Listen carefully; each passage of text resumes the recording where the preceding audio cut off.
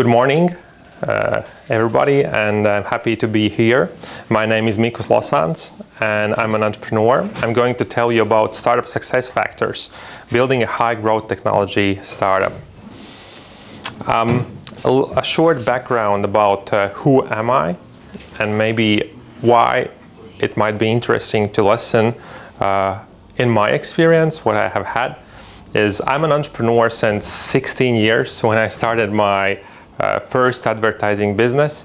Right now I'm 33 years old, so all of that time I have been building different kind of like business projects. Right now, currently active business that I have is miniaccelerator.lv, so mini accelerators.lv in Latvian, and basically those are business incubators or accelerators in form of 6-week or 12-week education courses online. So people want to start their business or start to sell their products on Etsy, they come to Etsy Mini Accelerator. When they want to start their business on Amazon, they come to Amazon Mini Accelerator. They want to realize their business idea like with a web application or a website, they come to No Code Mini Accelerator. So this is my current business. Also, I have a few affiliate marketing businesses that are doing very, very good. Previously, something of importance is that I have created a University of Latvia business incubator. So was studying in University of Latvia, got my bachelor degree and was also doing entrepreneurship. But I struggled with the fact that I couldn't get any support from the university. I needed very simple things like physical premises where to record stuff and different stuff like that. And always the management said, hey, sorry, Mikus, we can't help you because we don't have this form that we can help you. And if we would have a business incubator, we would be able to do that. So I basically failed with my company back then, which was a board game. Well, maybe it wasn't a failure because I sold 1,000 units around Latvia of my like invented board game, but that led me to the opportunity to actually go to the management of the University of Latvia and say, hey, give me a job. I'm going to create the University of Latvia Business Incubator. So I got a job, built a business incubator and run that for 7 years. That was very, very interesting, extremely like eye-opening because I was having this entrepreneurship experience with different people who are in the same phase as me, essentially. But I quit the business incubator when I started my own startup, which was like a small team of 3 people. We created a startup which was called Trust Search. It was connected with cryptocurrencies and online fraud. So we raised around 160,000 euro investment from Latvian investors and from Swiss investors. Got to the business accelerator in Zug, which is in Switzerland, for 3 months, and then we basically tried to get to product market fit, which is that you actually build a product that people are buying, and we failed. So we got to 500 euros per month income, which wasn't enough to cover the costs. So we burnt all of the money. We called to the investors and said, hey guys, sorry, but we have like 5,000 euros or 6,000 euros in our account, and that's it. We are like quitting. We finished. And they said, well, sorry to hear that, but like that's okay. And we're not going to sue you. You're not going to go to jail. So we are super happy. And basically, we gave the 5,000 euros from 160 back, and everybody were okay. And let's go to the next venture. So, yeah, so basically all of those businesses that I have had and that I have right now, I see that I can't like scale it up to create $1 billion company. Or I don't, better to say, I don't see how to do that with these right now. But I'm still looking for that. But the like money is coming, income is coming, there's no investors, so all good in that side. But when you are like building a business and starting a company, there is basically two types of companies that you can create, right? So there is this lifestyle business, which is basically mom and pop shop, something that you're going to be the owner, maybe the seller, or maybe you're going to have like team of 5 or 10 people, maybe 20 people, but nothing like super substantial. Basically, if you're going to quit, you probably are the business is going to stop, or maybe you can sell it for like 50,000 euros or 100,000 euros. On the other side of this lifestyle business or mom and pop shop, there is like a high growth technology startup, like companies who are growing extremely fast, and they are reaching like 100 million euros in 7 years or even faster. And those are those Bolts of the world, Ubers of the world, Volts of the world. So so there is these two types of businesses, and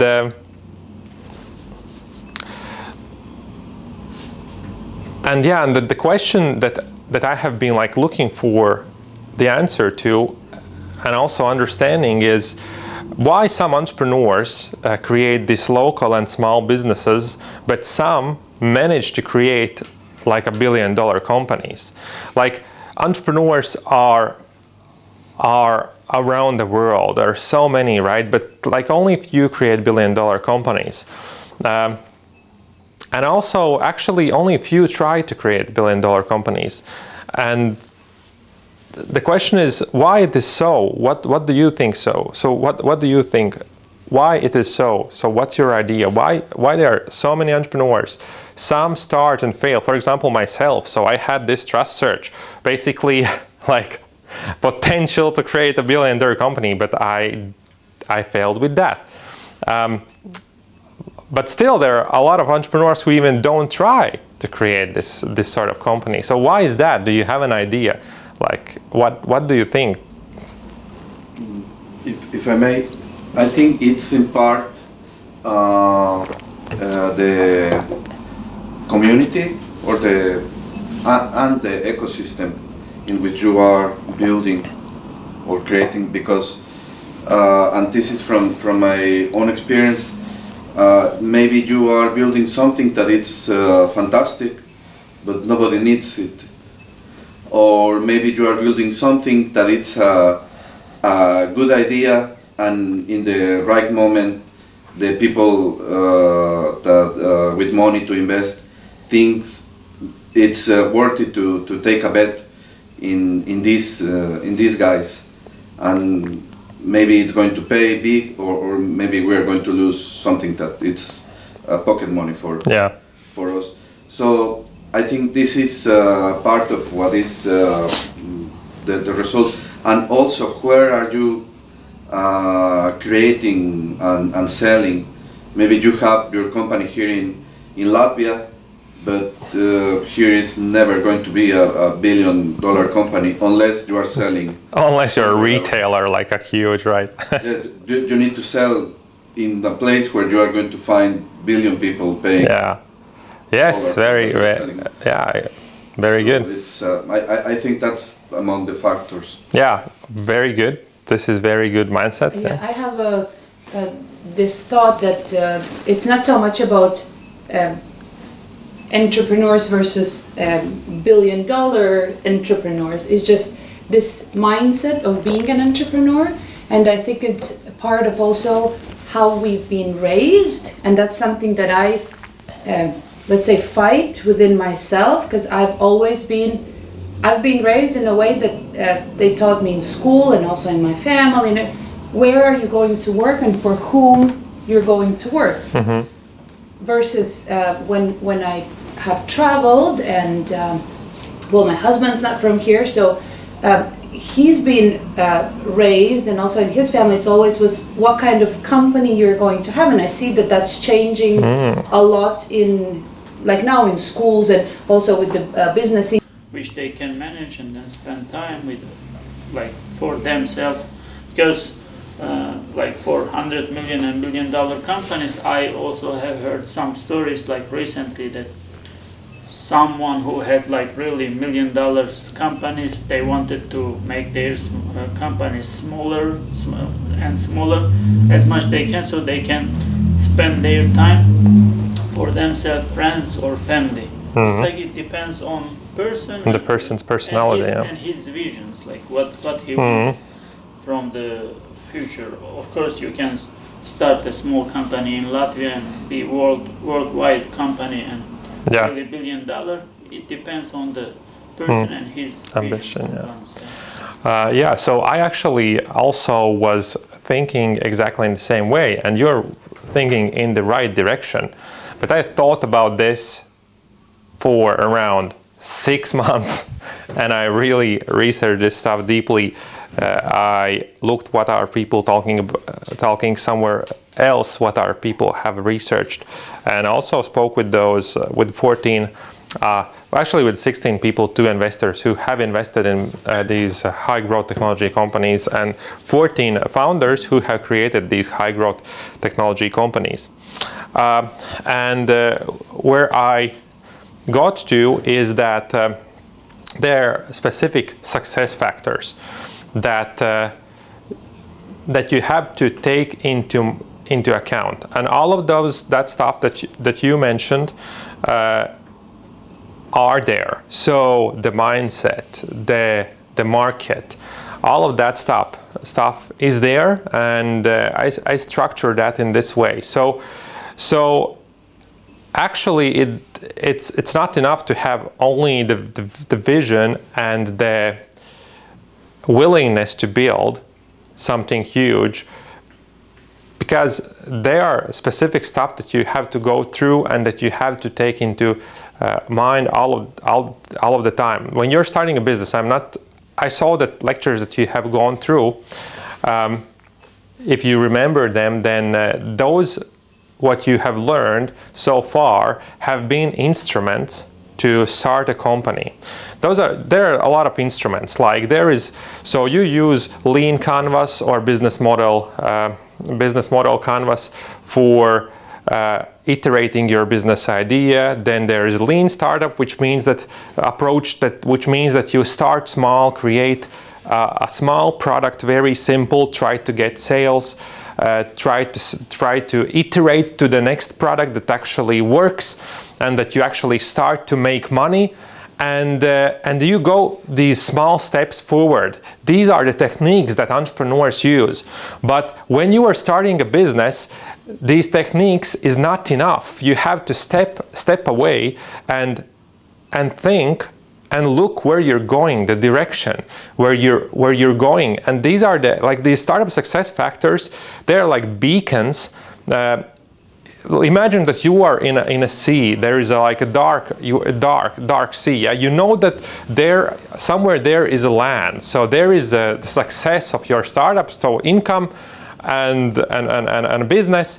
But it's like a huge land. And these beacons, which are startup success factors, will show you where is the port and where you have to go. And when you are building this, when you're realizing your business idea and you're using all of these crazy techniques like lean startup, minimum viable product, everything that you have learned during these programs here, this is like work that you are basically digging something. But you have to have in your mind these startup success factors if you want to build a high growth technology startup. And I would actually really like encourage you to be ambitious and to look at that. Of course, like you can create all sorts of startups, but most of the startups, and in my experience working with hundreds of people or even thousands of people who are creating companies, that most of the entrepreneurs would make much more money if they would be professionals in their field than with entrepreneurship. So if you're starting a business, then why not to start a startup or a high growth technology company? So let's go further. So these are the startup success factors I'm going to tell you about. We're going to go deeper to each of one of them, but very, very fast. And then we're going to actually try to go through the startup success factor checklist ourselves. So I'm going to try to give you like a crash course of the startup success factors. So what is a startup? So this guy is Paul Graham. He's an entrepreneur, very successful, like prominent, one of the best entrepreneurs in the world, founder of Y Combinator. That's an accelerator, the most popular business accelerator in the world, actually. Very successful. And he has defined that startup is a company that is designed to grow fast. So if a company is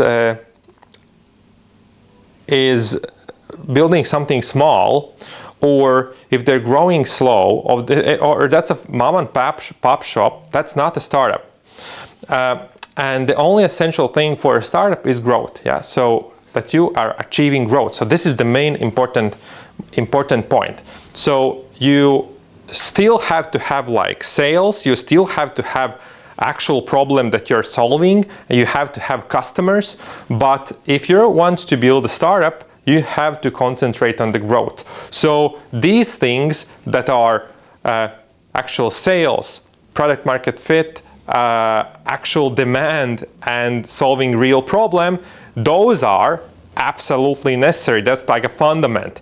But you have to have that, and you're going to be a startup when you're going to achieve a high growth. So actually, the word startup that is used in Latvia, it's not very precisely, because like I might also tell that, hey, my like affiliate marketing business is a startup. I mean, come on, that's not startup. So growing very fast, and to put that into numbers is.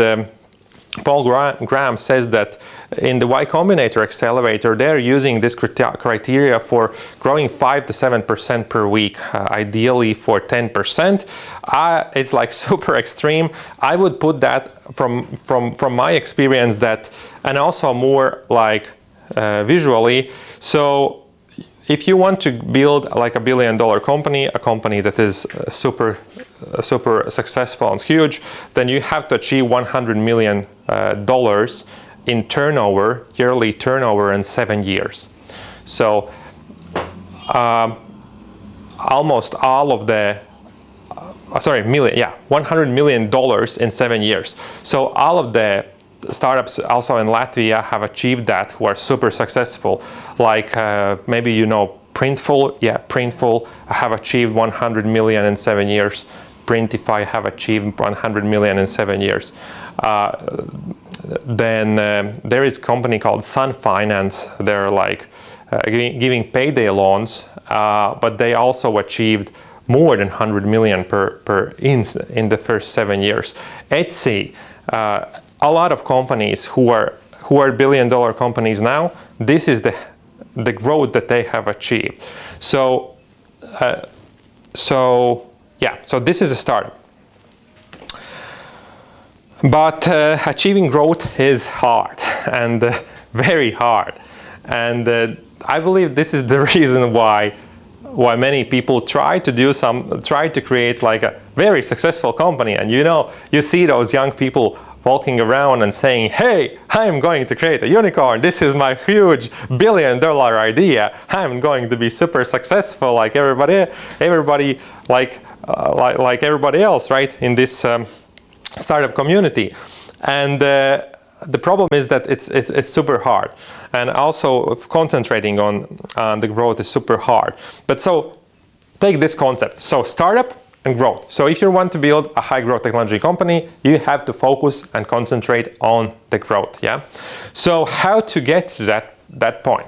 So these are the startup success factors that I have identified in the research and talking with those entrepreneurs. And there is one factor which is very important, which is luck. It's like it might be the most important factor. Yeah, it might have also very close to no importance. Yeah, so but this is something that you can't measure. So this is like not the main factor.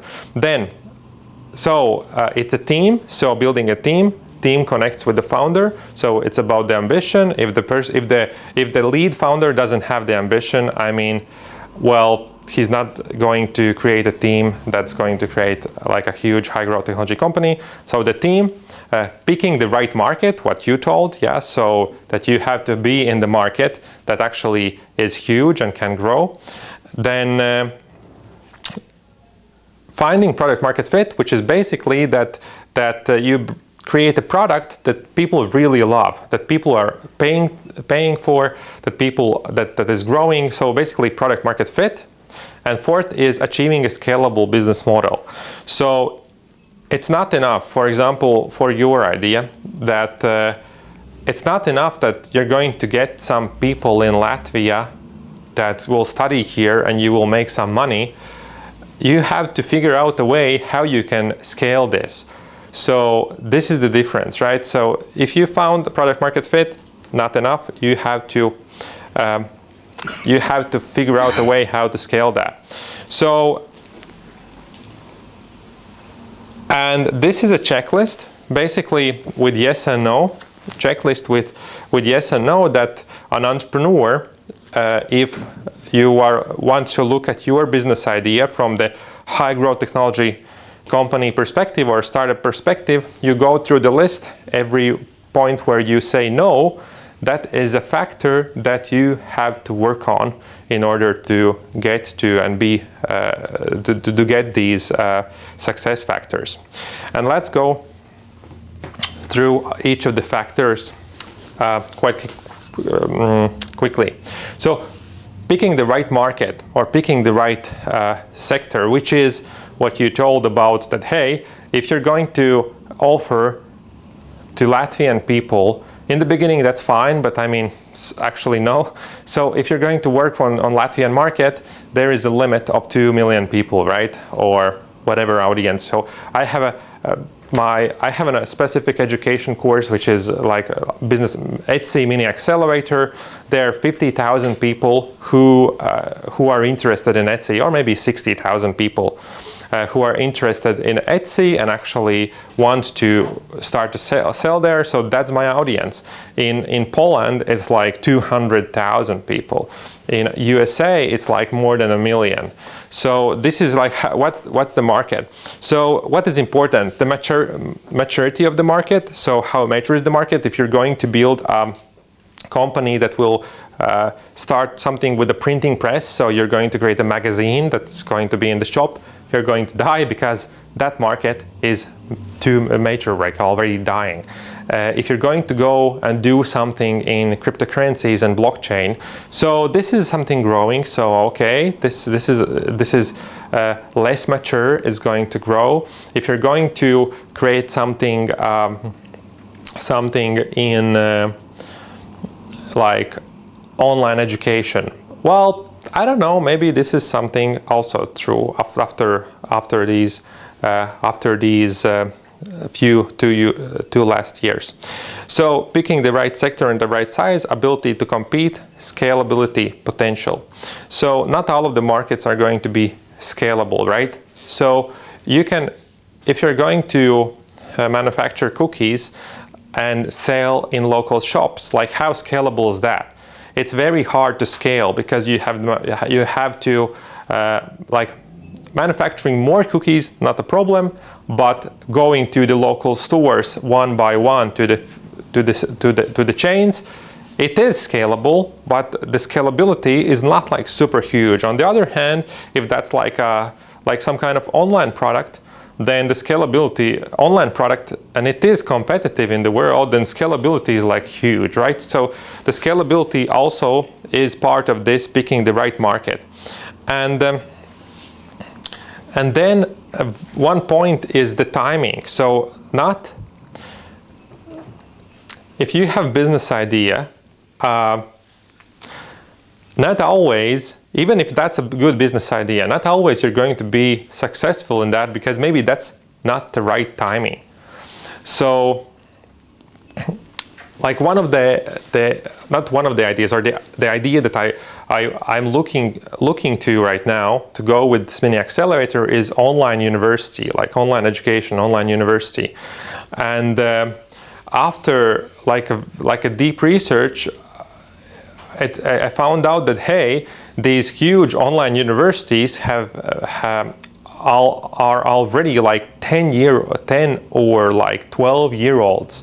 So they are already quite huge. The market opportunity there were 12 years ago. So 12 years ago, maybe 8 years ago. So maybe that's not the right timing, because it boils down to, am I going to be able to compete to that specific need? And also the founders market and opportunity awareness. This is your specific knowledge, because your ability to create a business is limited to your individual potential. So how smart you are, what kind of competences you have, what kind of like inside knowledge you have. This is the reason why it's so important to be open to knowledge, why it's important to come to these kind of lectures, why it's important to have a hobby, why it's important to just be open for the information and for everybody, because you are developing your own personality. Like if this is the founder, and basically we're going to talk that a bit later also, this is like a founder and the market fit, like how you are good fit to the market. Because this is the reason why you can come up with so many huge, very interesting ideas in the market that you don't have experience in.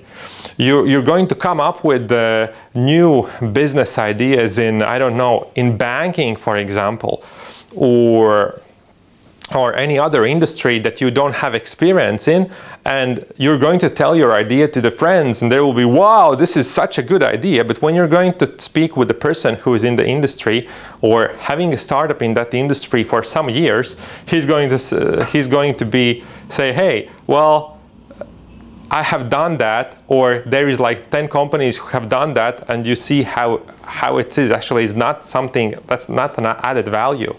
So it really depends how like deep you are as people, and about your experience and your knowledge. And regarding the market, one of the investors, we found a very good concept. The way how I evaluated what people are saying, that actually it makes sense. Yeah, when I see that, hey, this makes sense, then I basically chose that as an answer. So regarding the market, you can't, the problem with the market is not that you can look at, hey, cryptocurrency is like a huge market, I'm going to create a business there. So it's not exactly how it works, because you're going to pick the right market, or actually the sector, together with the choice when you will make on what kind of product you're going to build and deliver to customers.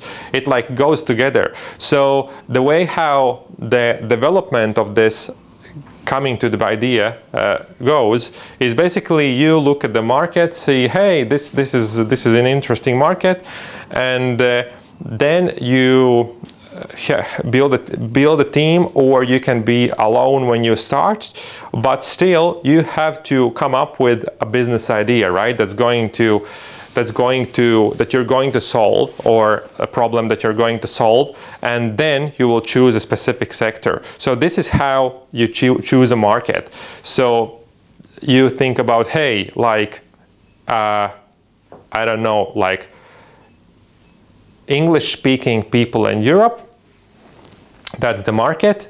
And then you go deeper and you choose a specific problem that you will solve, and you will say, hey, so this, all of the like people who are interested in Etsy, I'm going to solve their problem, how to get sales on Etsy platform in Europe, in English. Yeah. So next is product market fit. I'm not going to ask you what is product market fit. Most people don't know that, and most entrepreneurs don't know that. Even I would say that I'm not sure that I understand what is product market fit, but I have sort of understanding, and I'm going to share you what is that. Essentially, product market fit is that you create a product that actually solves a specific problem, but it's a little bit more than that.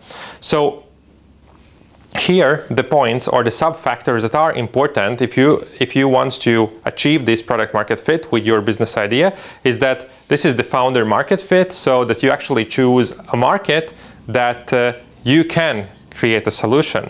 Then one more interesting point is that people also, specifically actually in Latvia, they're really afraid to steal ideas, and they think that like taking idea that already exists is something bad. Actually, this is one of the biggest misunderstandings in entrepreneurship by young entrepreneurs, that inventing a wheel is a very bad idea. So when you want to create something completely from zero, completely new, that's a very bad idea, because most probably there is a reason why that specific idea is not realized in reality. And that's why very good idea is to take something that is working, so existing solutions. If you want to, for example, create a solution for people studying here in Latvia, there are a lot of solutions. So basically, you take existing solutions, understand them, and figure out what is working bad, or how you can substantially improve that, and then basically you are taking the good idea and adapting that. And this is an important point here. And then you have to address a specific need and a specific person. So there are two parts in this product market fit. So there is a need that you're addressing and a specific person. So it's like on the Etsy education, the specific person that I have is people who, like actually women who are interested in Etsy. They have heard something about that. Maybe they're creating something at home. So this is my audience. And the need is that, hey, they want to sell products on Etsy, but they don't know how to do that. And they are overwhelmed with the information that is online. So the need is, hey, I'm going to solve the need of the knowledge how to actually sell products on Etsy. So this is there are two things when you think about product market fit, and then there is like always when you start a business, there is like, even if you get to the product market fit in the beginning and you get first sales, there is this learning curve to earn money, because in the beginning it's impossible to come up with a great solution that's actually working so good from day one. Usually you're going to come up with something that is, in the best case scenario, working a little bit, and then you actually learn from your sales, from what your customers say, and also from how the product is working, that goes to like maybe half a year, maybe a year. You learn by earning, and then you become better and better at solving the problem, that you come to actual product market fit. And of course, product market fit, that you have to have a proof for demand, which means that you don't have product market fit if you don't have sales. So if you don't have customers using your product, or if you don't have sales, you 100% don't have product market fit. But just one question here. You have is the same telling you have customers or you have paid customers and sales, because maybe you have some customers in doing like the test of the product, but you hadn't achieved still the sales. Yeah, that's not enough. That's like the reason why we bankrupted with the trust search with the company that we raised 160,000 euros.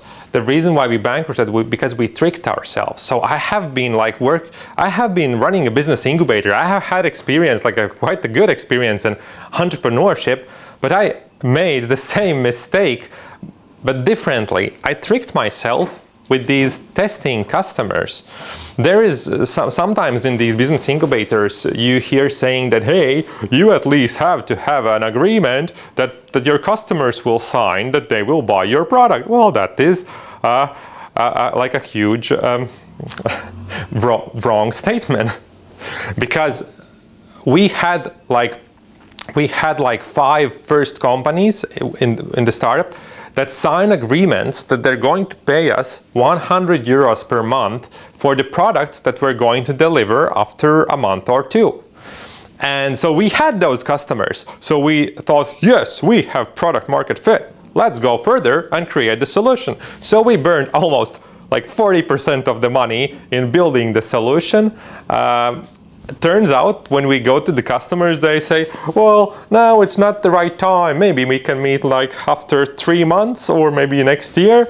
So this is wrong. Those testing customers, well, testing is good, but I mean, those agreements and stuff, they are wrong till the point when you actually have sales and money are coming in, except if your testing customers are actually users, like using your solution. Maybe if that's a digital solution, if they're actually using the solution to solve the specific need, then that's good. So if you don't have to pay exactly at that point. This because it's sometimes for what we are doing, it's a little bit difficult to limit what is the user, because it's very clear who the user is and the customer, because maybe the user is not the one that it's paying. Yeah. So it is so, these kind of business models, they're hard, and if you're going to solve that, then it's going to be clear, well, this is how we make the person who is paying pay them. So yeah, so there are 2 parts in the product market fit. So how I show that? So product market fit, you need 2 things. So revenue and retention. Yeah. So a good business is going to be, if you're going, not a good, basically a product market fit, and you can grow a business if you have revenue plus retention, which means that you have repeat customers. If you don't have repeat customers, in your case, for example, that's a big problem, because most probably you're not going to be able to grow the business very good. It costs money to attract customer, and if you're going to, and there is like huge competition on the customer, so you pay money to attract the customer for one time, you get as much money from them as possible, but that's only one time. So what you're going to do then? Like nothing. If you don't have retention, I wouldn't say that that's a product market fit. That's the reason why you have those razor blades and why you have those like electric toothbrushes and stuff. Well, razor blades are actually a better way how to show. So razor blades that they force you to buy the razor again and again, getting you to the retention. And this is like huge problem for hardware businesses, because hardware is you sell it for one time, and then and that's it basically. So, and that's why these hardware businesses, they're coming up with these creative ways how you can make the customer come back again. And this is this beacon, what I told you about. When you're building a business, you have these startup success factors as beacons that you have to take into your mind all of the time, and you go through the list and you say, hey, in this business model, I don't have retention. I have to think about that. Okay, so but what is retention and how does it actually look? So this is a visualized. So on one side there are a percentage of people who stay with your company. So keep paying or keep using your product or keep paying you. So in the beginning you have 100%. After 1 week you have like 50%. After 2 weeks you have like less. And after 15 weeks you have 0 people who have stayed with you. This is bad retention. You might have a business with this and might make money, but it wouldn't be correct to think that you have product market fit. On the other hand, this is a good retention, which means that you get customers, 50% people are with you, the same customers after 2 weeks, and after 15 weeks you have like 40% of your customers with you, still paying, still using your product. So this is a good product market fit, and this is ideally a business that you're going to. So you're trying to create a business that you will have retention, customers are going to stay with you or buy from you multiple times, and that means that if you're spending money in advertising, you know that this one customer that you will get will stay with you for like 2 years or 3 years or 5 years. And then you know, okay, I can actually spend, so the customer is paying me like 20 euros per month. I can spend 200 euros for the customer in advertising in order to get them on board, because I know that in those 5 years they're going to spend like 5,000 euros. So then this 200 euro advertising looks good, and this is super important, because if you figure out a way how you get customer for 200 euros when you generate 5,000, that means that you have found this engine of growth. You just spend money, pour the money in, take with your shovels and pour the money in, and then your business is growing super fast, and this is how you achieve the growth. So revenue and retention. Another point in this product market fit is customer satisfaction. So if you're going to create a shitty product, you're not going to have a very happy customers, right? So customer satisfaction is key as well in the product market fit. So if you manage to get 100 euro sales and spend 20 euros in advertising, looks like a good business on paper. You can scale that up. But if you're going to have a bad product, you're not going to have retention, and you're not going to have like second thing, the word of mouth. Yeah, so people are not going to bring in more people, which is also important. So customer satisfaction, one way how to, the easiest way is just to speak with people, right? Let's go back to the previous chart again in a short while. But this is customer satisfaction, and this is basically conversations with your customers and see how satisfied they are. This is one exact business in Estonia, very good business model. Their actual results. I'm not going to tell you what that business is because this is confidential, but still you see the customer satisfaction levels after speaking with people. So you speak with people, you evaluate that. So you see that 77% people are ecstatic about the product. They're like ecstatic. 18% they're like super happy, 2.5% they're like I don't know, and then like 1.5% and 1% is like well, the product is not very good, or I hate the product. And this is how a good customer satisfaction look, that most of the people that you speak with, they are ideally ecstatic about your solution. And going back to this approach, this is called NPS score, and it basically asks question like if you would please evaluate from 1 to 5 or from 1 to 10 how likely it is that you're going to suggest this product that you used to your friends. So this is NPS score, yeah. So asking, hey, how likely it is that you're going to suggest to your friend back home to come study in Latvia and use my service. So this is the NPS score, a very good NPS. Well, this is also like crazy good.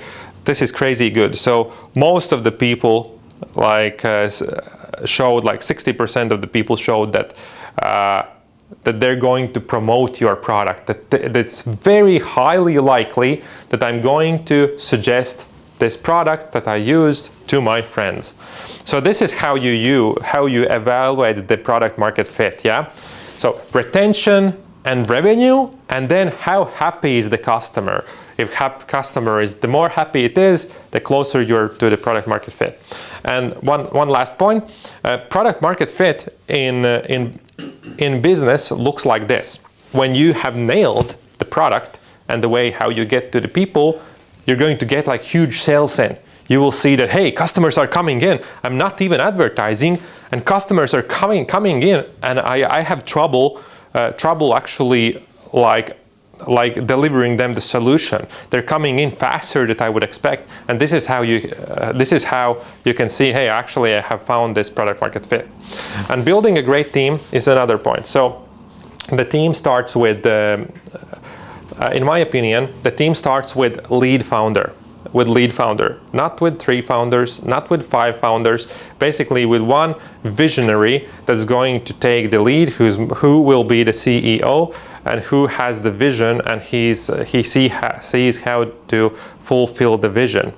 And this founder is going to persuade other founders to come on board and to work for free, basically, well, to work for the equity, yeah. So for imaginary pay for the future success. And then there is an interesting point about how to create a unicorn company. A unicorn company is do you know what's unicorn company? When it reaches the billion. Yeah, it's $1 billion company. So a unicorn company is called a company who is worth $1 billion. So Printful is the only unicorn from the last startups that we have, unicorn company. So $1 billion. So the last investment was like $100 million for 10% of the company. Then the total value of the company is $1 billion. That's a unicorn company.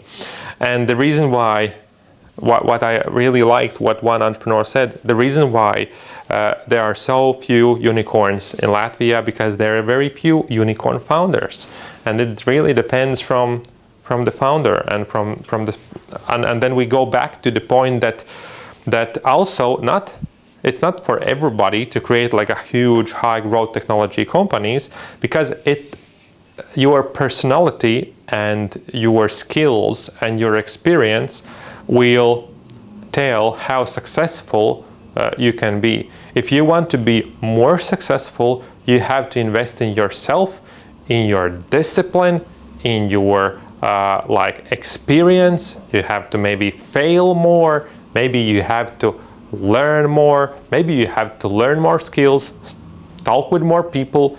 So invest in yourself in order to get more successful company. And that's why all of this,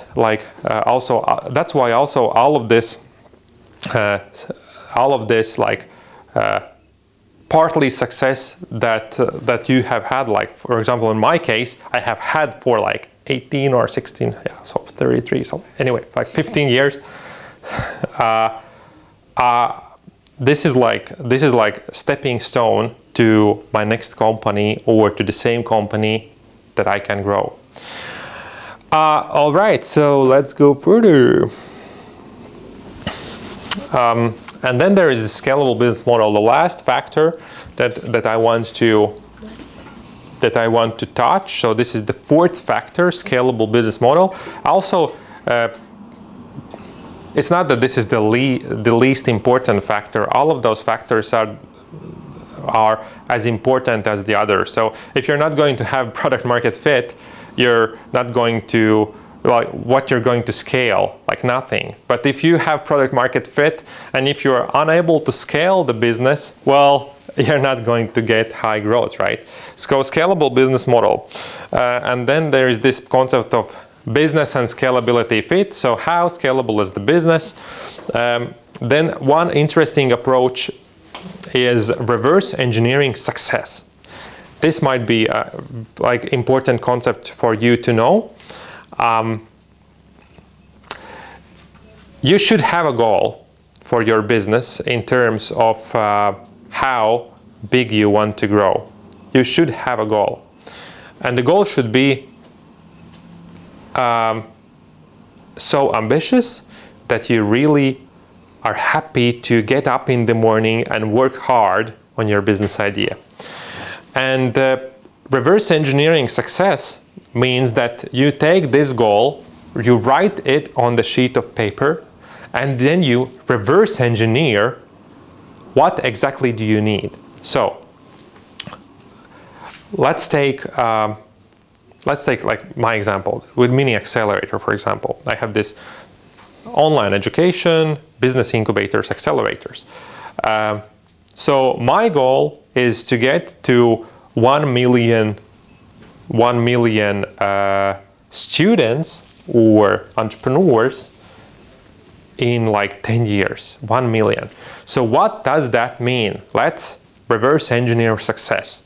So 1 million, that means that I have like around 80,000 people who are buying the course per month. Then how many course there is? How like let's say, okay, 80,000 people. Okay, let's say that I have like 2,000 people who buy each of the course. So that means I need like at least 40 mini accelerators, What else that means? That means that I know that one customer costs me like 50 euros. That means that I will have to spend on advertising, it's like 50 million euros that year. Okay, fine.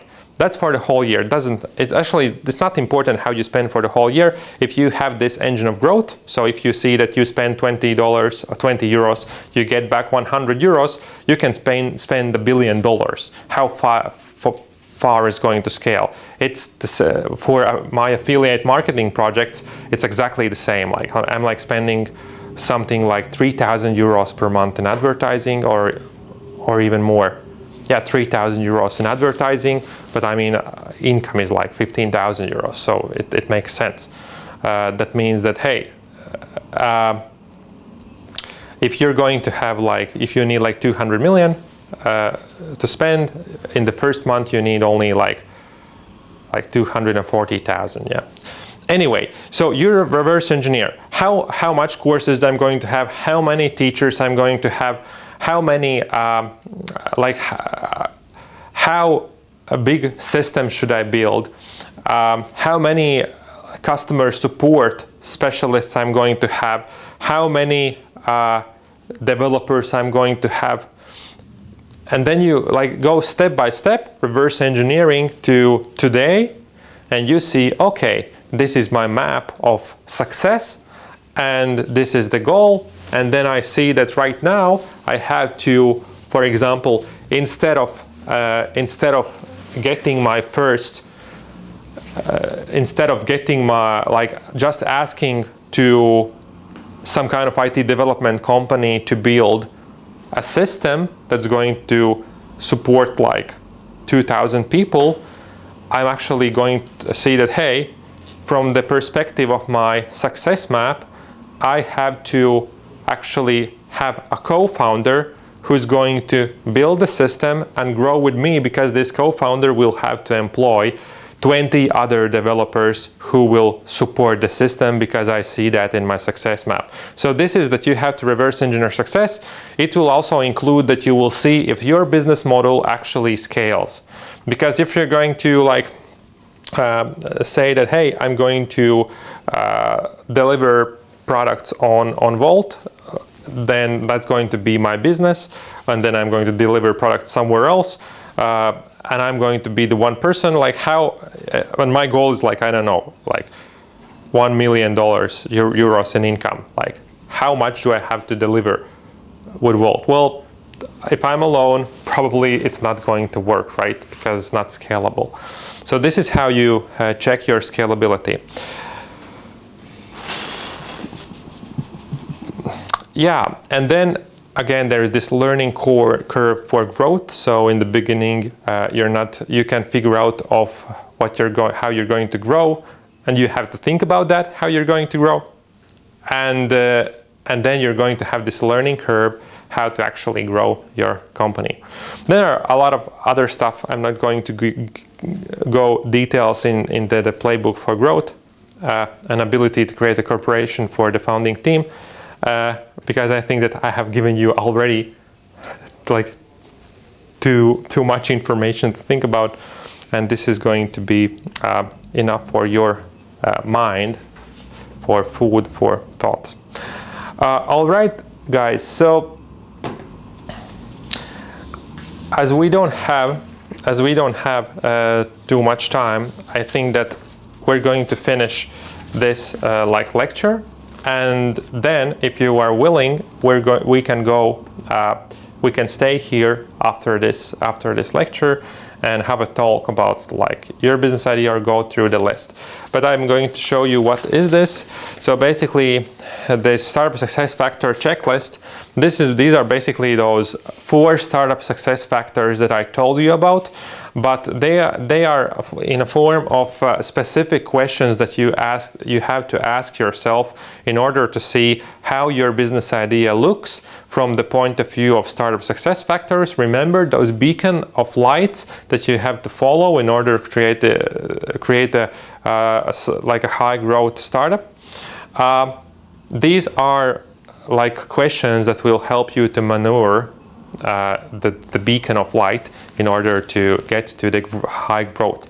And the questions is like, for example, very simple, to the point. If your answer is no, then you see that this is the point you have to work on. So do you have the will, time, and motivation to work hard for your startup idea? So how do you think that you have? This is the question what Linda said, that hey, when I'm working on my own idea or business, I always find something else to do, or I avoid my business idea that I'm actually not building it. And the first question is about yourself.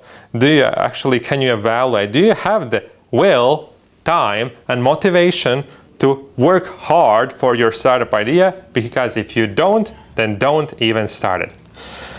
Then picking the right market. Also, this was about the team, yeah. Then about team also.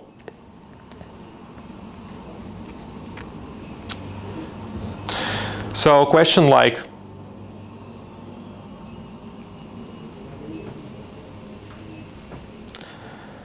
do you know what are the skills and actions necessary to build and deliver this solution in the form of at least minimum viable product? So do you see the minimum viable product? Another question there. But do you know what are the skills that you need to actually build this product in minimum viable product form? Do you know the skills? Do you know the resources? So if you don't have the skills, do you see a person who you should invite to build the solution? And then also about, as I'm telling you that, hey, this story is about when you create a high growth technology startup. Although I think that these questions might be important still also for any startup, but that's why I have a question to you about picking the right market. If you are in the right marketplace, do you have the potential to achieve 100 million euros in yearly turnover in the next 10 years? Can you achieve 100 million euros per year in income in the next 10 years? If you see that selling, I'm trivializing of course, but selling candles in Latvian store, is there potential to get 100 million euros in turnover in 10 years? No, there is not. So that's why you ask this question. And if you don't have this potential, write down what is your potential for yearly turnover in the next 10 years. Yeah, like questions like these, you go through. Also another example is, Can we have a copy of it? sure. Yeah, so this is how the questions go. So hope that you liked the lecture, and hope that you got something for your personality and your individual improvement in order to become more successful. And yeah, thank you for listening.